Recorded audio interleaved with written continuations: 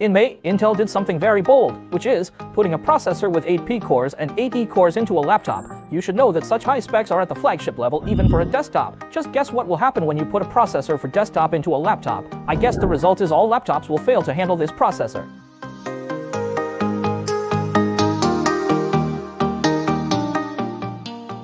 It seems Intel knows this situation will possibly happen. The specs in the demonstration are clearly marked the highest turbo boost power, 157W. How would it be possible for a CPU to run to 157W in a laptop? So far as I know, gaming laptops reaches merely 90W in stress test. 157W, seriously?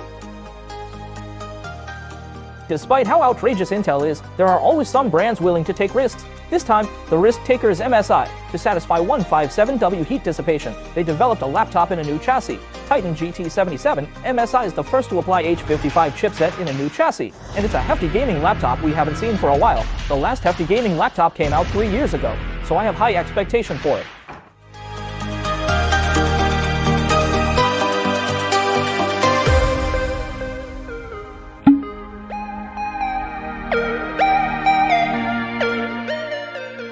As they're so bold, I, an amateur laptop reviewer, have a bold idea as well. In this video, we'll talk about features of Titan GT77 and see whether a laptop with a desktop core can beat desktop computer in performance in 2022.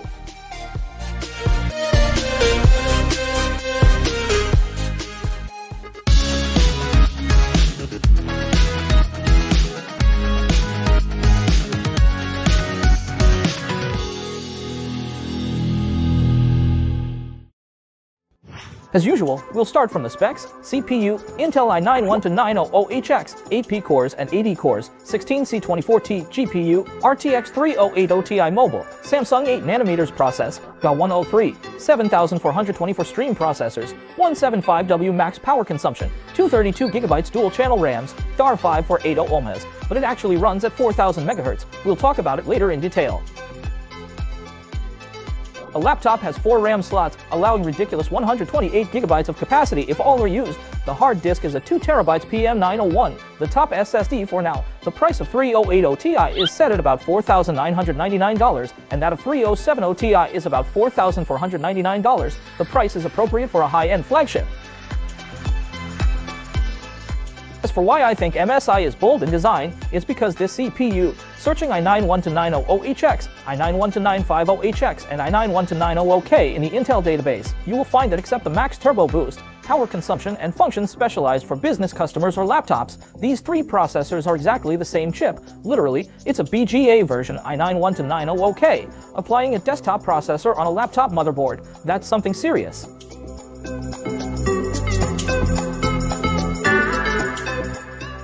But what about the heat? i9-12900HX runs at 5.0 GHz at max of single-core turbo boost, and all-core at 4.4 GHz. To put it simply, for running at 4.4 GHz, Intel recommends 157W power consumption. In such a case, if I were the MSI product manager, I will certainly worry about it, because apply the design for regular laptops on a 157W processor, you're definitely doomed to fail. I can't allow it. It's a sweet mess. Let me get some information first.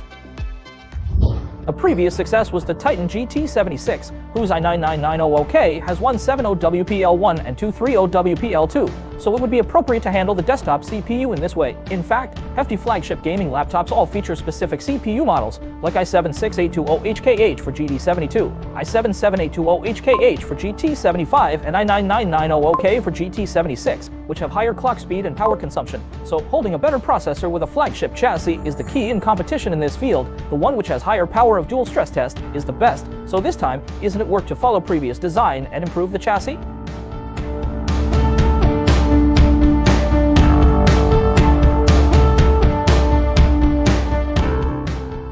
But when I read last year's sales report, how could hefty laptop sales so low? Indeed, after lightweight gaming laptops came out, they win consumers hard for their compactness, performance, and portability. Manufacturers also found that hefty gaming laptops had a lowering slice of sales because of the weight and large size. So last year, manufacturers kind of reached a common ground. They don't make the hefty laptop seriously anymore, but just make 1 or 2 as a stunt. No one wants to get down to it.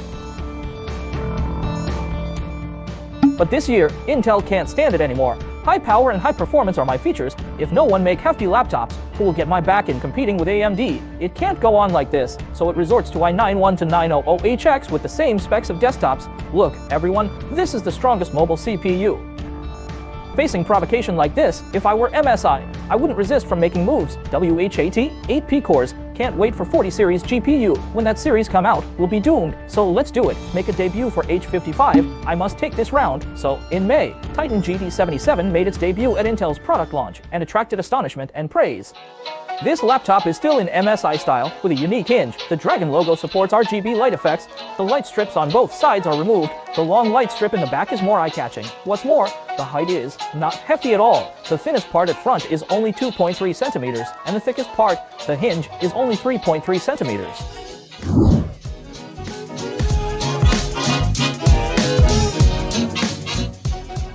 Despite reduction in height, MSI reserves the obsession with mechanical keyboards. Titan GT77 features a cherry mechanical keyboard, which feels nice, but the keypad doesn't have the same mechanical switches and isn't full size. A pity. The touchpad isn't split type, but instead reserves an integrated large glass. Good looking, but not that practical.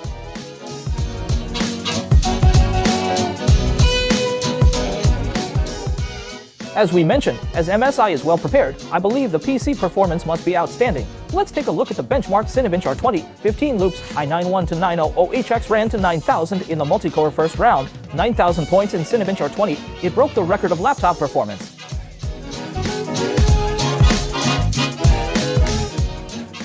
Look at the power consumption, and we found that in the first round, the CPU first ran to 182W and gradually slid to about 150W. In later rounds it ran to 150W before declining to around 130W. In terms of the clock speed, the P-core kept at 4.4 GHz and then decreased to 4.0 GHz. In later rounds, it first reached 4.0 GHz before declining to 3.8 GHz. We've also made a line graph of power consumption for this processor. From 3.2 GHz to 4.0 GHz all-core, the consumption and performance increase in proportion. From 4.2 GHz, the sharp increase of core temperature results in extra loss of power. 4.4 GHz all-core can't be maintained in this temperature. The power consumption of this CPU is kinda terrific. CPU improved so much. What about GPU? Well, this time, NVIDIA said, I've heard you applied DDR5 and PE core design. Good job. Let me see. What AMD has done in GPU? What? That's it. Okay. So why do I update? I'd rather just make another cut on laptop models, and then, what happened next are familiar to you. RTX 3080 Ti just has no ambition.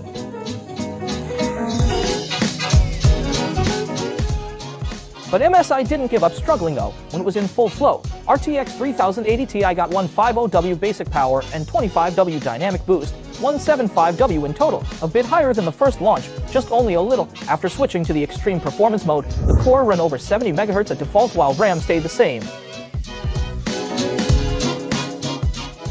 Compared with other manufacturers, MSI's overclock schedule is relatively conservative. 3D Mark time speed, 13,830 for points. Firestrike Extreme, 16,897. Superposition Classroom 1080p, 8,447. Pretty like the threshold of the 3000 series mobile GPU. The performance of GA 103 should be better. After all, it's the top for laptops. It's sensible that it has a better core. Besides, MSI reserved manual clock speed schedule in MSI Center. The core and RAM can run over 200 MHz respectively without afterburner, so we maxed it out under this standard, and time speed scored about 5% higher. It's okay. The benchmark is just for some fun, and in daily use, in order to run the laptop stably without crash, you'd better run it at a moderate clock speed.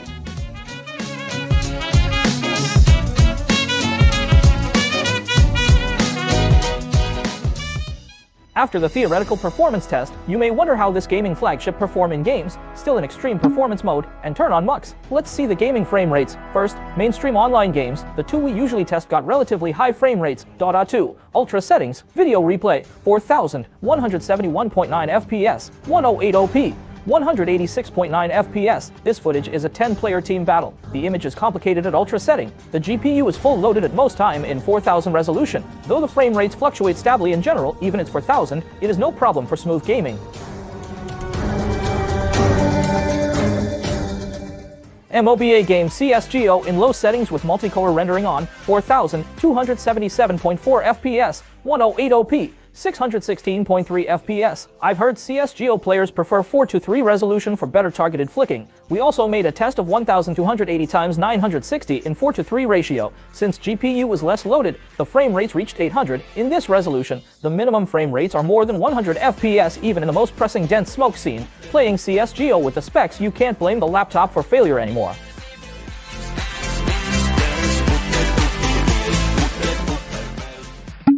As for the single-player games, this laptop almost slays. Shadow of the Tomb Raider, which we're most familiar with, 4066 FPS, easily exceeded the passing line of 60. If the resolution is lowered to 1080p or DLS is on, you can even have a competitive level experience. Forza Horizon 5 was quite similar, 4061 FPS. Well done in optimizing high-resolution performance, even at 1080p. It can reach 95 FPS. It's a racing game, so this FPS won't affect the control sense.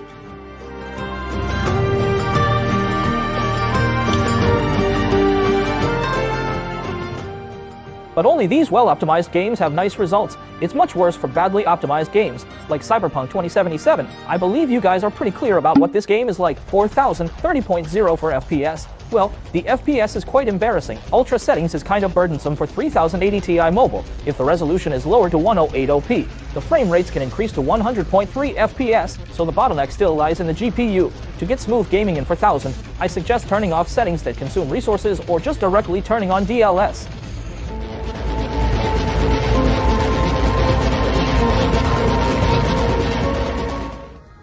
Warhammer 3 has a similar case. At 4000, the frame rates of the battle scene are only over 30. Obviously, it's too blurred to be played. Lower the resolution to 1080p. The frame rates can exceed 90. This kind of strategy games actually doesn't ask much of the graphic quality. I suggest you consider lowering the settings instead of lowering the solution. Metro Exodus does better. 4000, ultra settings, 49.3 FPS, close to the passing line. If we turn on the extreme setting with highest rendering, I assume it will be the same as the two games above. 1080p, 95.9 FPS. Well done. It seems 2.0 DLS optimization is truly necessary. Apart from these regular single-player games, we also tested some new popular games. Elden Ring, 1080p at ultra settings, running and battle scenes both got the highest FPS. At 4000, there will be frame loss in different scenes. Still suggest you turn on DLS. Monster Hunter Rise, Sunbreak is a new DLC without Benmark for now. We also tested it. We selected the new map Citadel as the tested scene and Malzeno as the target. It's an original monster based on vampires. We pinpointed the battleground at Zone 14 and cut several clips of the battle. 4000 at ultra setting. The frame rates are around 70. When DLS at the quality settings is on, the frame rates will be much higher and the image loss is small. You can have very smooth gaming experience even at 4000.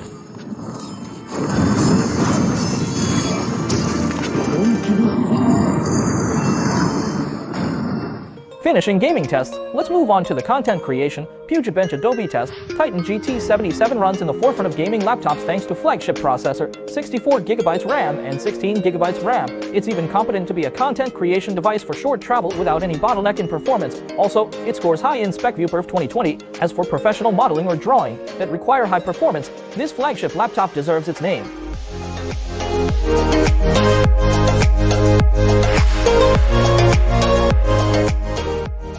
Content creation also needs a good screen. The laptop has a 17-inch 4120Hz gaming screen. The nominal color coverage is 99% P3, basically a standard wide color gamut gaming screen. Most manufacturers will make color gamut switch aiming at flagship gaming laptops. MSI has true color to adjust color gamut of the screen. It has 3 Pro levels, Shri B, Atterberg and Display P3, and levels targeting scene stylization.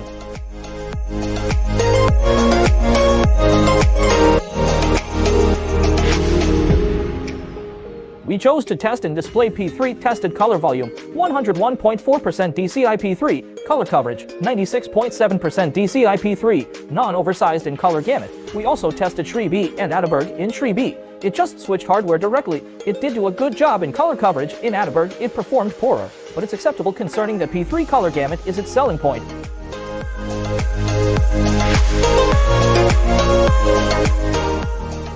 As for color accuracy, average of the 3 levels are all around 1.5. The performance is just normal in comparison. The peak brightness is around 490 nits, DC dimming at all brightness. In terms of response time, 9.9 ms black to white and 14.6 ms gray to gray, one of the quickest among screens we tested. In general, it's the most powerful and balanced laptop screen, from 500 nits, wide color gamut, high resolution to high refresh and LCD. This screen stand out at all aspects. MSI is not the best in gamut control scheme. Some work of designers or photographers that requires high color accuracy needs a second color correction, but there are options and ports reserved, kinda responsible for the wide color gamut screen, much better than those on enterprising competitors.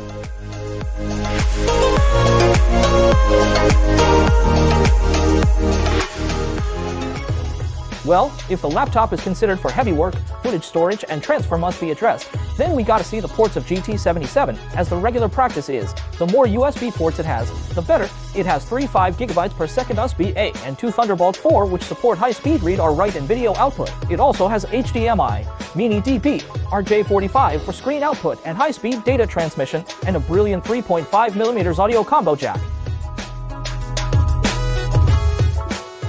To address footage copy for film and TV workers, Titan GT77 is equipped with an SD card reader that supports SD Express 7.0, even if it only has USI. Its read or write speed can reach over 800 megabytes per second at max in theory, but this card is not popularized in the market yet. The speed of regular USI is only 90 megabytes per second in our test. According to MSI's data, it truly can read over 900 megabytes per second and write over 770 megabytes per second. You can do a cross-reference yourself. Considering most new cameras only support USI SD cards, if there is a large capacity of data transmission demand, you're suggested to prepare a high-speed card reader, but these two Thunderbolt ports support mobile HD and card reader, you can rest assured of it. Besides, apart from external scalability, MSI also have made interior efforts. Let's get into disassembly. It's not hard to disassemble it. Unscrew the 11 screws at the bottom and pry open buckles along the laptop to remove the bottom case. The internal structure looks very amazing. It looks ordinary at front, but in the projection drawing it's like a square, mostly because it has a 6 cm protruding back that enlarges the size.